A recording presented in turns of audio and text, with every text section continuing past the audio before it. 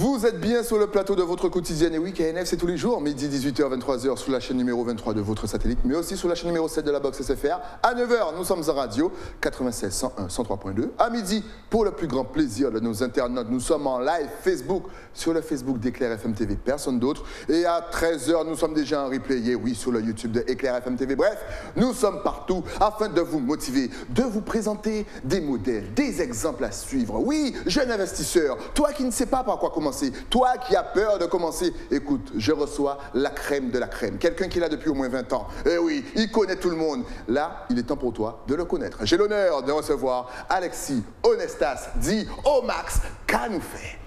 Franchement, c'est la plus belle présentation que... je la travaille depuis 10 ans. Non, c'est incroyable. Je la travaille, ça fait 10 ans que j'ai envie de vous le présenter, cet homme. D'ailleurs, je pense que vous devez le connaître et les professionnels le connaissent. Franchement, merci d'avoir accepté l'invitation. Merci à toi pour l'invitation. On est venu là pour booster les gens.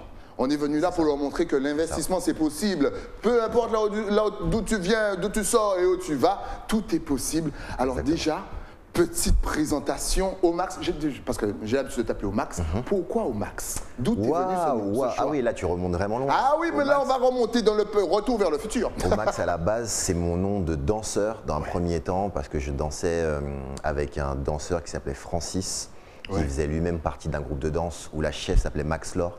Et j'ai voulu rendre hommage à cette danseuse à l'époque quand j'avais 14 ou 15 ans. Donc c'est venu de là. Excellent. Et après, ça va très très loin. J'ai tagué, j'ai rappé, j'ai fait plein de choses de jeune, quoi. Tu vois, alors c'est intéressant parce qu'il vous dit ça, mais il faut savoir qu'aujourd'hui, Alexis Onestas est donc professeur tu es à la Sorbonne, si je ne me trompe pas. Sorbonne Nouvelle. Sorbonne Nouvelle, c'est ça. Que tu investis dans au moins 6 organes, 6 structures, et on va en parler, on va vraiment les détailler. Exactement. Et je crois savoir que tout a commencé avec un magazine. À la base, tu voulais devenir journaliste. Exactement. Tu étais journaliste? Exactement. À la base, j'étais un gros consommateur de presse musicale. Ouais. Et ça me plaisait pas. Ça me plaisait pas. J'étais tout le temps frustré par les interviews qui étaient pas assez tranchantes, par le thème des magazines. Donc je me suis dit, je vais créer le mien. Et donc mon nom étant Omax, on me connaissait comme ça, j'ai créé Au Maximum simplement. Et c'était une belle aventure qui m'a permis de rencontrer plein de gens qui par la suite ont eu un énorme impact sur mon parcours. Exact. Et c'est comme ça que j'ai rencontré Didier, qui fut mon associé pendant un certain temps, avec lequel on a créé des grosses soirées qui s'appellent Hip Hop Love Soul. C'est comme ça que j'ai rencontré Sully Céphile, avec qui j'ai bossé chez Royal Wear. Enfin bref, j'ai rencontré plein de gens grâce à ce magazine-là, et c'était assez incroyable comme aventure. C'est quand même fou parce que là, tu donnes des noms qu'en Guadeloupe et en Martinique, on connaît tous, qu'on a suivis, et on se dit, waouh, tu t'es derrière ça. Souvent, voilà, il y a des hommes de l'ombre qu'on ne voit pas tout le temps. Ce qui est bien, c'est que tu t'es vraiment dans l'univers hip-hop. Oui, clairement. C'est vraiment une culture, et tu as remarqué, ici aussi, on est très culture hip-hop. Il n'y a pas que la musique, il y a l'attitude, il y a la façon de bouger, il y a les tags, il y a la danse. Que représente pour toi cette culture hip-hop? Moi, elle représente tout. Elle représente une façon de faire les choses qui est la manière do it yourself, c'est-à-dire que même quand tu ne sais pas, même quand tu n'as pas de connaissances, même quand tu n'as jamais fait, essaye de le faire d'abord à ta manière, et de toute manière, en t'acharnant, tu y arriveras. Ça, pour moi, c'est la définition du hip-hop. On n'avait pas d'art dans les galeries d'art, on l'a fait sur les murs. On ne savait pas danser comme l'opéra, on l'a fait dans la rue. On ne savait pas chanter ou créer de la musique avec des instruments, on a inventé le rap. Et tu vois, pour moi, cette façon de faire les choses, c'est mon éducation. Le hip-hop, c'est vraiment ma manière de voir les choses. C'est fou parce qu'avant, cette musique était relativement décriée. Tout à fait. Et on a l'impression qu'aujourd'hui, elle est totalement acceptée par tout le monde. Tu as parlé d'opéra, maintenant on a des mix hip-hop opéra. Maintenant la culture, les tags, les danses, tout est... Comment toi tu vois ça? Toi qui as vécu la période où justement cette culture était un petit peu décriée, et là on l'accueille limite à bras ouverts. Moi je vois ça comme une victoire, parce que moi je fais partie de cette génération de transition entre les anciens et la nouvelle génération. Moi, je suis né en 82, donc j'ai vraiment vu le truc évoluer, mais en même temps, je n'ai pas inventé l'histoire, tu comprends? Et donc, je vois ça comme un succès. Maintenant, là où il faut faire gaffe, c'est la récupération. Il faut juste faire attention à ça, parce que tout mouvement qu'on a pu connaître, comme le rock, le punk, la funk, etc., est monté en pression, puis a été récupéré, puis a disparu. Donc, il faut juste faire attention à ça, mais j'ai confiance en la jeunesse. Alors, ce qui est bien, c'est que tu continues dans la musique. Tu as investi justement dans la musique. Est-ce que tu peux nous parler justement de ton travail à ce niveau-là? Waouh, à quel niveau exactement? À quel niveau? Je crois que tu racontes que... vas-y. Parce que tout est lié à la musique dans ce que je fais en réalité d'une manière ou d'une autre. Comme je l'ai dit si bien, tu as investi dans 6 structures, comme tu viens de le dire. Donc, on va déjà... Puisque c'est vrai, tu es dans le booking, tu es dans la musique, tu accompagnes certains artistes comme Joker. Quels sont les autres artistes que tu accompagnes? Alors en fait, en plus, c'est pas forcément la même chose, le même monde. Exactement. En fait, on a créé des agences de communication différentes. C'est-à-dire qu'il y a Au Maximum, donc qui est l'agence de base qui s'occupe des artistes rap et de la musique urbaine, même si je ne suis pas super fan de ce terme. Il y a Environnement qui s'occupe de la partie plus pop rock, sur lesquels on a bossé avec Bilal Hassani, avec David Hallyday, avec les Bébés Brunes, avec Shaim, avec Tal, plein d'artistes pop. Et il y a Agence 88 que j'ai rejoint, qui est là, qui est au-delà des, comment dire, des contrats qu'on peut avoir avec des sociétés institutionnelles. On s'occupe beaucoup de musiciens, on a bossé avec Wervana, on a bossé avec, on bosse régulièrement avec Rachel Allison que je produis aussi. Enfin voilà, on fait vraiment plein de choses autour des musiques afro-caribéennes. Ça, c'est 3 structures vraiment liées à la musique et à la promotion. Et quel est ton travail concrètement? C'est quoi? Tu démarches des maisons de disques, tu démarches des télés, tu démarches des médias. Quel est ton travail? En fait, mon travail, il évolue de plus en plus aujourd'hui. Moi, à la base, j'étais vraiment un communicant. C'est comme ça que j'ai créé et que j'étais à la base dans l'action de ces structures-là. J'ai eu la chance de rencontrer des super associés. Donc aujourd'hui, en fait, j'ai délégué le travail de communication, parce que c'est un travail entre guillemets où il faut être à 300% chaque jour, et je suis plus dans un travail de création de structure et de gestion de structure. Ça, c'est mon travail au jour le jour. Mais mon amour, ma motivation au jour le jour, c'est de créer de grandes opérations de communication à travers le monde. D'accord, waouh. Justement, on parle beaucoup de digitalisation. Est-ce que ça t'a aidé aussi? Parce que comme tu l'as dit, tu es né en 82, c'est une période qu'on connaît un petit peu, où on n'avait rien. Et on a connu la DSL qui ramait. Et là, tout va plus vite, il y a de plus en plus de réseaux, les messages changent, même nos artistes arrivent à travailler à distance. Est-ce que pour toi, qui est dans la communication, c'est vraiment, tu vis au paradis actuellement? Bah moi, c'est magique parce que moi, j'ai commencé... Mon premier travail entre guillemets dans la communication, ça a été de distribuer des flyers. Donc j'étais en fait à la sortie des concerts et je distribuais des flyers pour des artistes pour qui après j'ai bossé, donc c'est assez drôle. Mais en tout cas, je distribuais des flyers, je collais des affiches. Enfin voilà, ça c'était, devais avoir 16 ou 17 ans, c'était mon premier vrai travail. Et aujourd'hui, quand je me rends compte qu'on peut créer quelque chose et ensuite après le mettre sur les réseaux. C'est-à-dire qu'en fait, la digitalisation, ce qu'elle a amené, c'est qu'aujourd'hui, tu peux créer quelque chose devant 5 personnes, en plein milieu de la rue, voilà, faire quelque chose de sympa, mais qui n'est pas vu par beaucoup de personnes, mais après, le partager avec la terre entière. Et ça, c'est la différence, contrairement aux opérations que l'on crée au préalable, où il fallait aller au centre de Pointe-à-Pitre, au centre de Paris, au centre d'une ville avec des passants, et les voyants, et voilà, et les passants le voyaient. Aujourd'hui, tu peux vraiment faire quelque chose pour 4 personnes. Tu peux faire un concert privé et le retransmettre à travers le monde. Et ça, c'est quand même, d'un point de vue idée, d'un point de vue réflexion, ça change tout. Tu travailles aussi dans l'univers du livre. Exactement. Et ce qui est bien, c'est que nous, on a, surtout lorsqu'on habite ici dans la Caraïbe, c'est vrai que notre regard est souvent porté vers l'Amérique. Donc on a souvent des gens qu'on suit, qu'on aime, qui sont vers l'Amérique et qui sortent aussi des bouquins. Et souvent, malheureusement, on est dans la Caraïbe, mais on ne parle pas anglais. Ce qui est bien, c'est que tu traduis aussi. Mais il n'y a pas que dans la Caraïbe. Ouais, mais tu vois, on est quand même les seuls avec la Martinique à ne pas forcément parler anglais. Dans cette, tu vois, on a cette petite semaine Dominique, ils parlent tous anglais. Nous, c'est good morning, where is Brian? Brian is mais en même temps, en Allemagne, on parle anglais. Dans tous les pays comme ça, on parle anglais. On est les seuls, en fait. Je pense que c'est plus une culture française qu'une culture caribéenne où on n'est pas amené à apprendre l'anglais de manière vraiment culturelle. Qu'est-ce qui t'a donné l'idée de faire cette traduction, sachant que je pense que plein de personnes ont sauté sur la traduction française? Eh bien, écoute, franchement, c'est une aventure super personnelle. Moi, je lis beaucoup de livres en anglais parce que justement, j'ai besoin de ce savoir-faire-là, parce que l'énergie de mon métier vient de là-bas. Tu vois, j'ai des modèles comme Damon Dash, comme Steve Strauss, comme des grands entrepreneurs américains. Ce sont eux mes modèles, en fait. Donc, je lisais leurs bouquins et à chaque fois que je me baladais quelque part et que je me baladais avec un livre américain de Rick Ross, de Issa Rae, de Common, de DJ Khaled, bref, de plein d'artistes comme ça qui me passionnent, j'avais tout le temps la même réaction. Les gens prenaient le bouquin, ah super, il a fait un livre, mais dès qu'ils voyaient que c'était en anglais, le rejetaient. Ça stoppait. Même les anglophones qui n'étaient pas forcément motivés par lire un bouquin en anglais. Tu vois ce que je veux dire? Par les Français qui parlent quand même anglais de manière régulière pour le boulot, tout ça, mais qui n'étaient pas motivés à lire un livre en entier en anglais. Donc là, quand je me suis rendu compte que des Blancs, des Noirs, des hommes, des femmes, que ces réactions-là étaient la même par rapport à plein de personnes différentes, je me suis dit non, là, il y a quelque chose à faire. Donc, comme d'habitude, hip-hop, do it yourself. J'ai été à New York, j'ai rencontré des publishers, je me suis renseigné pour savoir comment on s'occupe de l'impression, des éditions, des droits, etc. etc. Et on a sorti notre premier livre qui est la traduction de Issa Rae, Les mésaventures d'une meuf noire maladroite. Et on a tout fait vraiment en interne au bureau avec mon équipe, c'est-à-dire la gestion des droits, la traduction, l'impression, la distribution, J'ai même amené les livres ici pour le mettre dans les différentes librairies, etc. Okay. Et c'est une super aventure. Là, on en est à notre 4e et on est super fiers de ça. Et c'est fou. Tout ce que vous voyez en double écran est disponible. Et voilà, c'est encore une fois le travail d'Alexis Onesta. J'allais t'appeler au max. Et de mon équipe. Et de ton équipe. Justement, parlons de ton équipe. Vous êtes à combien à faire tout ça? Parce qu'on a l'impression en t'écoutant que c'est un travail de monstre. Se déplacer, aller, se renseigner sur les droits, avoir les droits. Vous êtes à combien? C'est un travail de monstre, mais c'est un travail de passionné. Ouais. C'est-à-dire que tu vois, lorsqu'on amène ce projet-là, par exemple, à notre graphiste, il n'y connaît rien. Ouais. Il ne sait pas faire un livre. Il sait faire des visuels, il sait tout ça, etc. Mais quand il voit en fait l'aventure qu'on est en train de vivre, il a envie d'y participer. Okay. Donc il se renseigne, il regarde et je reviens sur la digitalisation. Ouais. Aujourd'hui, en fait, c'est disponible en ligne. Avant, il aurait dû faire une formation, il aurait dû aller apprendre, etc.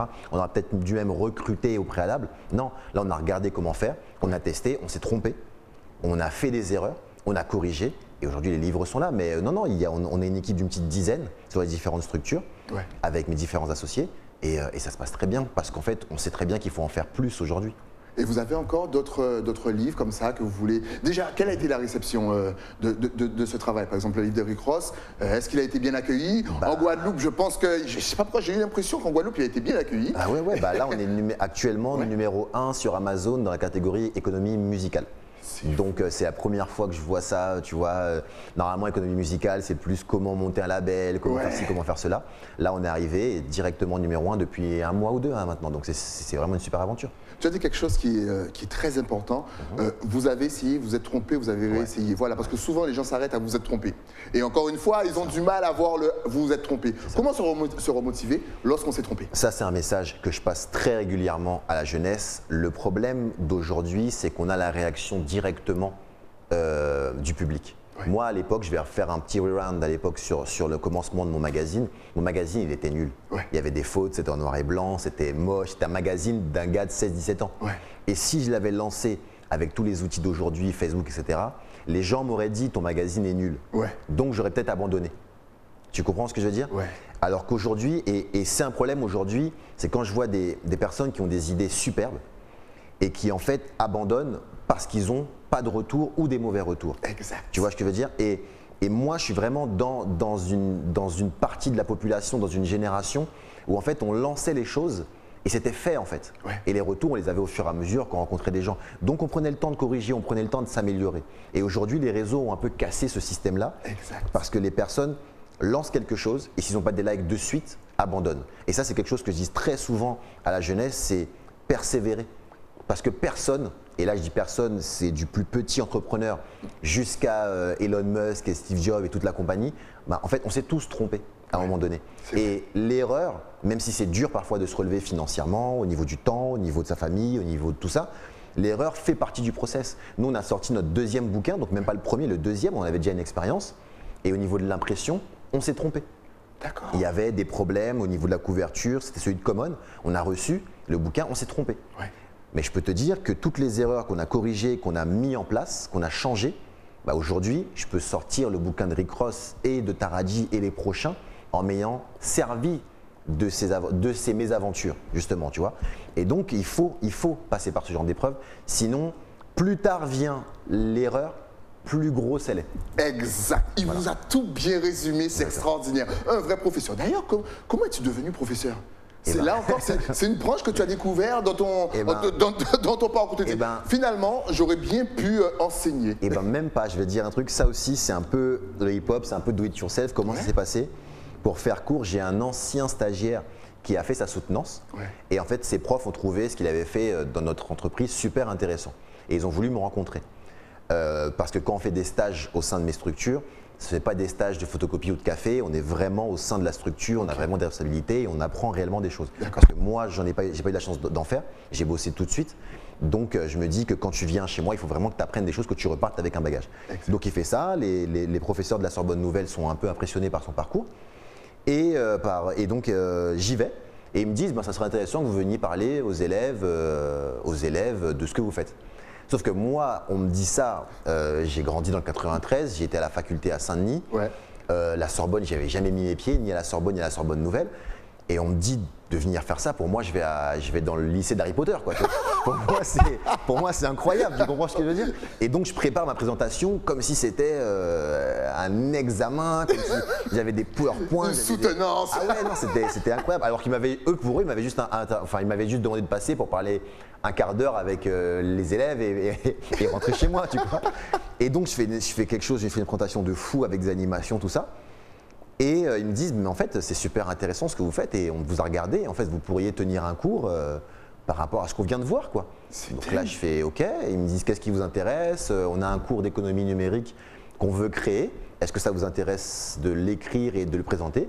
Et ben voilà, donc encore une fois, do it yourself. Je ne savais pas faire, je ne suis pas enseignant, je n'ai pas de formation. Ouais. J'ai appris, je me suis renseigné et ça fait maintenant 5 ou 6 ans que je suis là sur Bonne Nouvelle. C'est fou. Et c'est super intéressant. C'est fou. Quel conseil, justement, peux-tu donner à nos jeunes créateurs? Parce qu'il y en a énormément, mais ils ne savent pas par quoi commencer. Ici, en Guadeloupe, on a des idées, mais j'ai l'impression, voilà, ils ont du mal à se mettre le pied à l'étrier, ils sont souvent effrayés, ils se disent que moi, je n'ai pas d'argent, je ne vais pas y arriver. Ouais. Et bien justement. Voilà. Et bien justement, c'est nul comme conseil, mais c'est plus important. L'essentiel, c'est de commencer. C'est bête, hein, mais souvent, je vois plein de gens qui viennent me voir en me disant « je voudrais faire ci, je voudrais faire ça, je voudrais faire ça ». Je dis « bah vas-y ». En fait, c'est aussi simple que ça. Allez-y, en fait. C'est-à-dire que, par exemple, ce que vous allez commencer à faire, on ne sait jamais où va terminer une idée. C'est-à-dire que peut-être que quelqu'un qui va vouloir sortir une boisson, en se renseignant sur l'empaquetage des bouteilles, va se rendre compte qu'il y a une brèche là-dessus et qu'en fait, au lieu de mettre le scotch à gauche, il faut le mettre à droite, je dis un truc au hasard, et va révolutionner en fait l'empaquetage des bouteilles, tu vois. Et peut-être que c'est ça en fait son destin, c'est pas de faire une boisson, c'est de faire autre chose. Tu comprends ce que je veux dire? Oui. Et donc en fait, l'idée, on veut créer une marque de chaussures, et ben l'idée c'est pas tout de suite de se dire ah oui mais j'ai pas de fonds pour aller chercher des marques de chaussures. Exact. Allons se renseigner dans une usine, appelons des fabricants de chaussures, appelons des fabricants de lacets, appelons des designers, etc. etc. Ça ne coûte rien de se renseigner et il faut commencer. Ouais. Et à partir de là, on crée une idée en fait et là on a déjà commencé à entreprendre lorsqu'on fait ça. Le problème que moi je vois souvent aujourd'hui quand on me parle d'entreprise, c'est que je vois pas mal de personnes me disant je veux faire, mais elles ne le font pas. Ouais, et le faire, c'est pas forcément sortir son produit. Moi, avant de lancer mon premier livre, c'est 2 ans de travail. C'est 2 ans d'échange avec les… Parce que je ne savais pas. Okay. C'est 2 ans à rechercher un imprimeur, 2 ans à chercher des partenaires, 2 ans à chercher comment on fait pour avoir les droits des bouquins. Donc à envoyer des mails à tous les contacts, imprimeurs, etc. Okay, tu vois, c'est 2 ans de recherche. Déjà rien que ça. Et à partir du moment où j'ai mes informations, là, je commence à travailler et à penser au fond.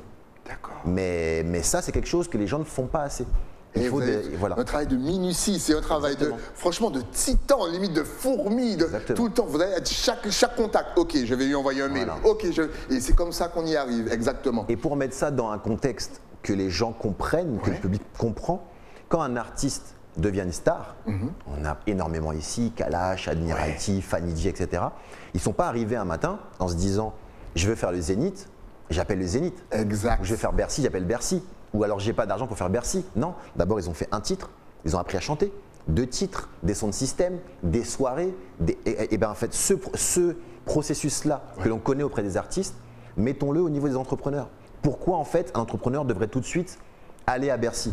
Non, d'abord il va suivre un parcours comme un artiste en fait. Il va d'abord essayer une chanson qui n'a pas marché. Il va d'abord essayer faire un concert où il va se louper. Il va d'abord faire des salles de 20 personnes, des salles de 30 personnes, des salles de 500 personnes. Puis voilà. Donc en fait, un entrepreneur aussi a le droit de prendre son temps. Et un entrepreneur a le droit de prendre son temps. Exactement. Cette phrase, elle est extraordinaire. Justement, on parle des artistes. Pour toi, quelle est la place des artistes de Guadeloupe, de Martinique, de Guyane, de La Réunion dans l'univers musical de la France? Souvent, on a l'impression qu'ils ne sont pas à leur juste place. On en parlait hier, justement. Souvent, on a l'impression que le zouk reste une musique d'été. Voilà, du zouk, tu fais du zouk, c'est pour les vacances. Pour toi, quel est ton regard sur ça? Moi, mon regard, et je l'ai souvent dit quand on m'a posé la question, notamment dans des conférences qu'on a pu organiser ici, c'est que je trouve qu'on est trop humble. C'est ça mon problème en fait aujourd'hui. Je trouve que quand je dis on, c'est toute l'industrie. Ouais. Les producteurs, les artistes, les compositeurs. Je trouve qu'on est trop humble et qu'on hésite et qu'on prend limite parfois comme excuse le fait qu'on soit un microcosme caribéen et qu'on n'avait pas frappé à la porte. Moi aujourd'hui, je produis des artistes et en fait, je n'ai aucun souci à frapper aux portes en allant présenter des artistes afro-caribéens. ça marche, ça ne fonctionne pas. Aujourd'hui, on a la chance d'avoir des streams, on a la chance d'avoir des chiffres, on a la chance d'avoir de la data. Aujourd'hui, moi, quand j'envoie un mail pour Rachel Allison, je n'ai aucune, entre guillemets, avec tout le respect qu'il faut, mais je n'ai aucune humilité à envoyer ce mail-là à des grands médias, à des grandes télés, à des grandes radios, à des grands compositeurs, parce que justement, elle l'a prouvé et elle a les chiffres pour. Exact. Donc aujourd'hui, quand avec un duo, avec Meryl, ma petite en l'occurrence, on est à 2 millions de streams, 2 millions de vues sur YouTube, j'ai pas à être gêné de mettre en avant cet artiste. Parce que je sais, c'est objectif, qu'elle a fait les chiffres que certains en métropole ne font pas. Exact. Donc en vérité, allons-y, fonçons. Tu penses qu'on s'assume pas assez? Ouais, je pense qu'on est trop humble. Je pense qu'on se dit trop que oui, mais ça intéresserait pas les gens. Oui, mais non. On a bossé la promo, on n'a pas produit, mais on a bossé la promo de Wervana avec le label Playtoo. Moi, j'ai amené chez Combini. J'ai appelé Combini, je leur ai dit cette personne-là a un hit, cette personne-là fait des chiffres, cette personne-là passe sur tel média, remplit telle salle, remplit de machin. Il mérite d'être sur Combini. Combini a écouté, ça aurait pu ne pas leur plaire, ils auraient pu me dire non, comme chaque média aura de me dire non. Mais objectivement, j'ai envoyé le mail à Combini parce que Wervana avait sa place sur Combini. Exactement. Parce qu'il fait plus de chiffres que d'autres personnes. C'est vrai. Donc en réalité, c'est ça le problème, c'est qu'on n'y va pas assez. Alors oui, il y a toute une partie incompréhension. Le créole, la culture qui est différente, etc. Mais aujourd'hui, on n'a plus à avoir honte. Et merci à Kalash et à Clara d'avoir ouvert des portes à ce niveau-là.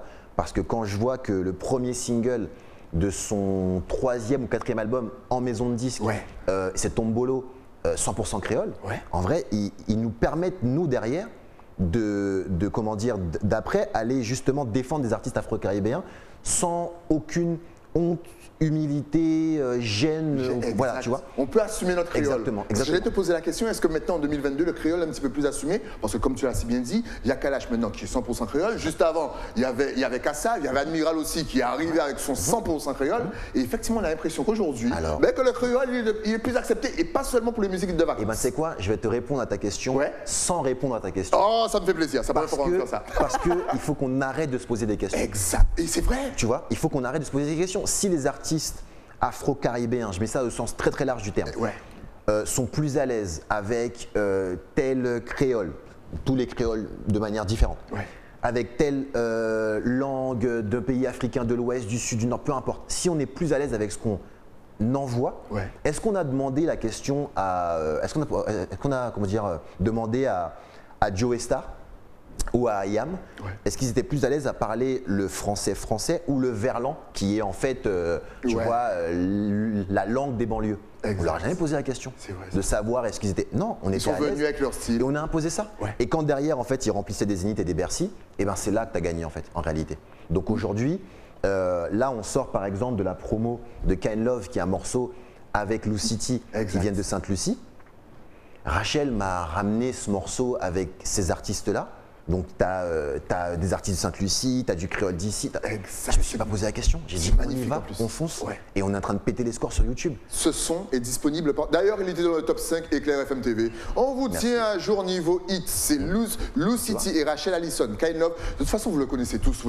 Maintenant, c'est un carton. Donc, tu vois, il faut qu'on arrête de se poser ces questions-là. Il faut qu'on impose. Parce qu'avant, là où je peux, par exemple, peut-être mettre un bémol par rapport à avant et par rapport, par exemple, au sacrifice qu'ont dû faire des artistes comme Kassav, comme Admiral, qui ont ouvert des portes, c'est qu'en fait, on n'avait pas les chiffres. C'est vrai. J'ai produit des concerts d'Admiralty et en fait, ils remplissaient des concerts plus vite que d'autres artistes pop de Paris. Vrai. Mais le problème, c'est qu'on n'avait pas les chiffres. Quand on remplissait Bercy, quand on remplissait la Cigale, quand on remplissait le Zénith, etc., comme ça, vraiment complet, du sol au plafond, le problème, c'est qu'on ne se rend pas compte. Quand ils vendaient tant d'albums, quand on ne savait pas où ils les vendaient, tu vois, les FNAC, etc. Tu vois. Donc tant qu'il n'y avait pas cette notion de disque d'or, on n'avait pas le chiffre. Aujourd'hui, on peut regarder. On a les streams, on a les datas, on a les concerts, on a tout ça, on voit. Donc aujourd'hui, il n'y a plus aucun sacrifice à faire et il faut arriver tel qu'on est. Justement, tu parlais d'organisation de concerts. Ta vie dans l'événementiel, tu l'as totalement mise à côté ou vas-y, ça reste dans un petit coin de la tête. Est-ce que tu te vois, par exemple, organiser un festival en Guadeloupe, en Martinique, en Guyane ou à La Réunion, produire quelqu'un ici? Est-ce que tu te vois faire ça? En fait, moi, j'ai un souci, c'est que Une fois que c'est fait, c'est plus à refaire. Ouais, non mais vraiment, tu vois, je m'ennuie très vite. Ouais. Je suis quelqu'un qui a toujours besoin. Je préfère la construction au succès en soi. Okay. Tu comprends ce que je veux dire? Ouais, je vois. Donc en fait, moi j'ai la chance de produire les concerts d'Admiralty ici à Paris. On a fait le Summer Break. Exact. Un événement qui reste un événement. Voilà, tu vois, le sourire. Oh là là là voilà. là, les Summer. Merci à vous. Voilà, qui reste un événement, je pense, qui a marqué une génération. Et en fait, aujourd'hui, je l'ai fait. Et ce qui est super aujourd'hui, c'est que d'autres le font. Il y a la Holiday Inn, il y a West Indies Green. La West Green, tu vois ce que je veux dire? Donc en réalité, je préfère 1000 fois donner de la force et amener ma petite pierre à l'édifice à ces événements-là en partageant. Je ne travaille pas avec eux, hein, mais juste en partageant, en y allant, en payant ma place, en faisant des choses comme ça, plutôt que de me dire je vais revenir faire un truc que j'ai déjà fait et mal le faire. Ouais, lui, il préfère apprendre. Lui, il préfère aller là où il ne connaît pas. Exactement. J'ai déjà fait ça, c'est bon. Mais c'est vrai, Exactement. au début, c'était lui. Dès qu'il y avait un gros truc, au max, au maximum. C'est un travail d'équipe. En plus, regardez l'humilité. Moi, ça aurait été moi, j'aurais dit c'est moi. Justement, c'est quoi ta vie aujourd'hui?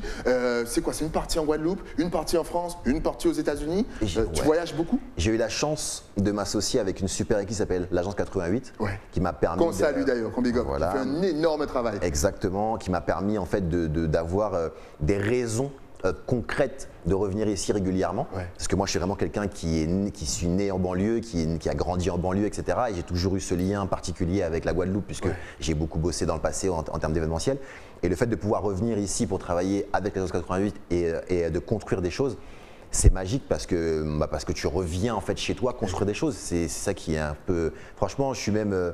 pas ému, mais il y a quand même un petit côté fier de moi de pouvoir dire que je suis là tous les 2-3 mois pour revenir construire des choses. Et aujourd'hui, oui, ça s'échange entre Paris, la Guadeloupe et les États-Unis, où en fait, dans chaque lieu, je construis des choses avec mes associés. Ok. Voilà. C'est beau. Alors, on a parlé bien sûr de ton métier en tant que prof. On a parlé des livres. Surtout, allez vous procurer les livres parce que je pense que ça va.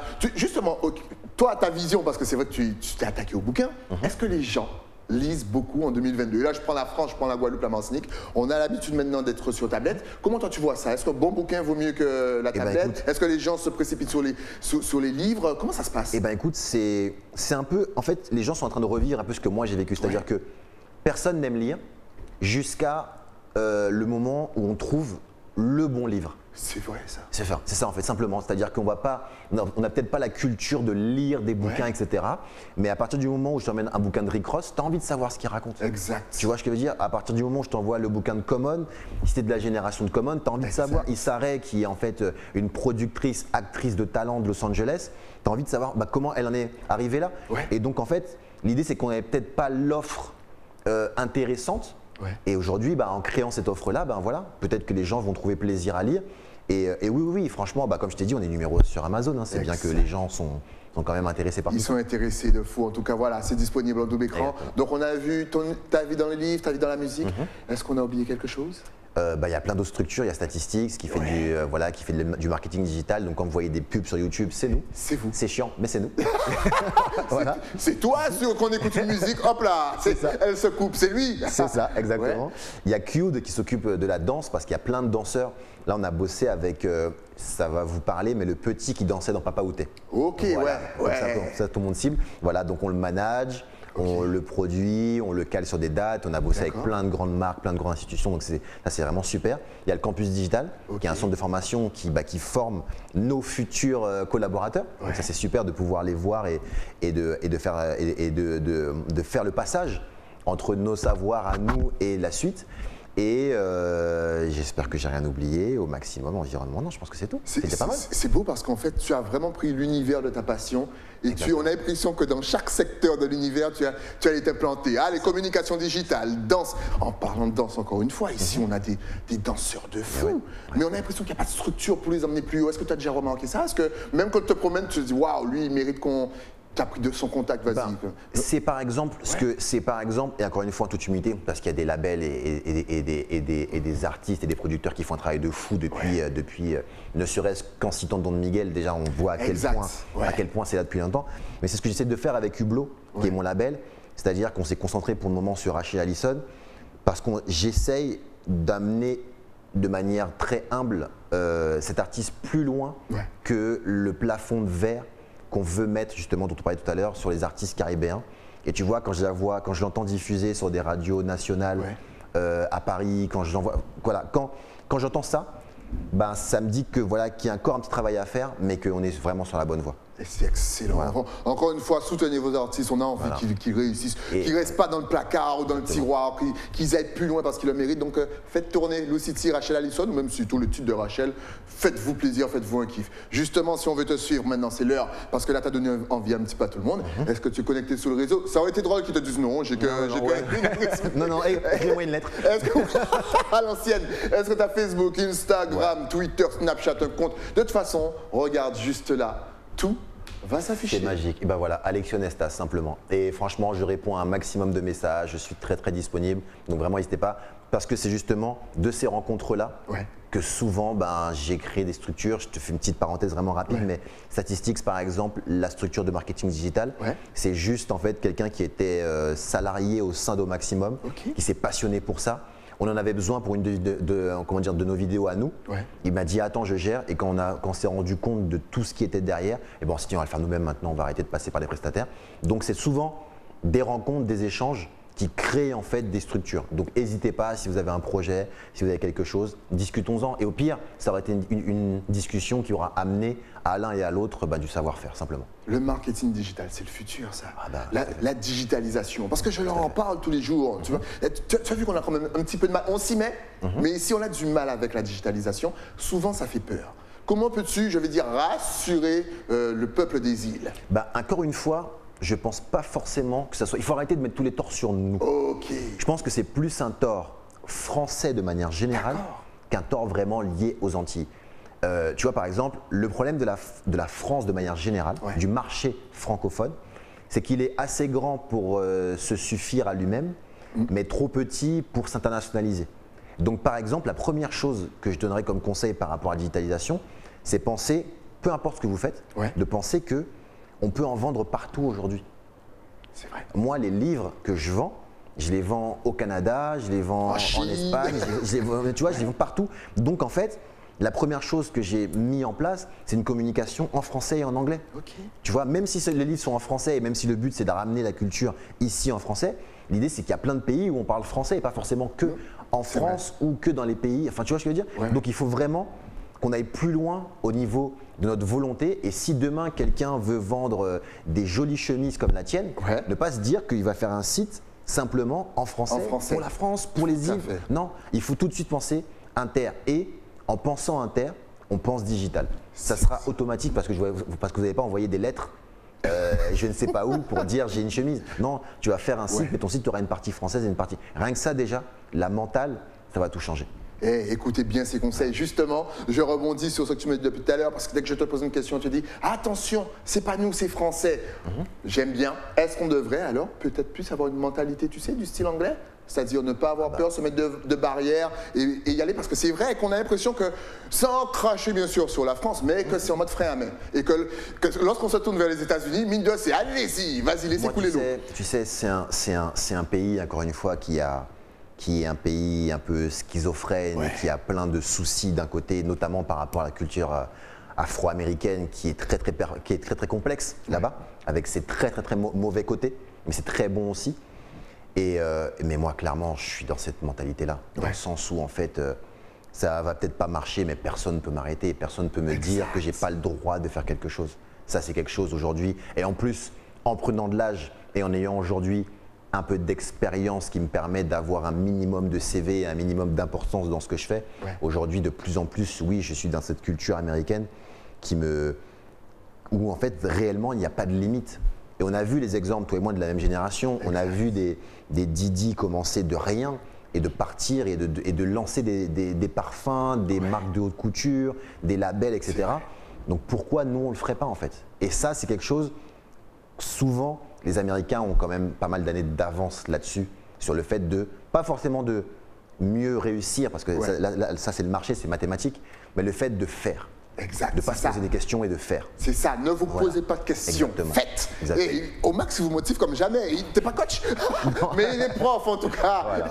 Dernière petite question justement. Juste, quel livre peux-tu nous conseiller pour nous booster et nous motiver? Eh bien écoute, là, je te donne une exclue. Ouais. Je suis en train de lire le livre de la mère, paix à son âme, la mère de Kanye West, Ok. où elle t'explique comment elle a élevé un Kanye West. Ah, c'est pas mal. Donc, tu vois, je ne sais Ok. pas comment t'expliquer le level du livre qui est assez impressionnant Ouais. parce qu'elle a quand même élevé un personnage, Charismatique, atypique et tous les termes qu'on peut employer. voilà, tous les termes en hic, voilà, et qui est quand même spécial Ouais. comme être humain, on va dire ça comme clair. ça. Et quand elle t'explique donc voilà, c'est un livre quand même qui. Ça va être intéressant ça. Ouais, tu vois, c'est la perspective d'une mère, Ouais. d'une femme qui explique comment elle a livré au monde ce personnage ambivalent. Oh, eh ben, merci Et, à elle. voilà. Et c'est assez particulier comme bouquin, donc je le conseille.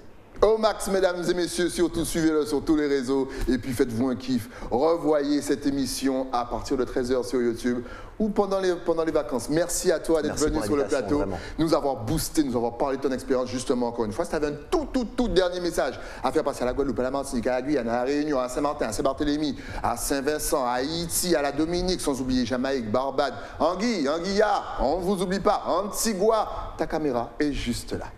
Et ben mon message résume exactement ce que tu viens de dire. Je ne pourrais pas le refaire aussi bien que toi, mais nous avons un marché.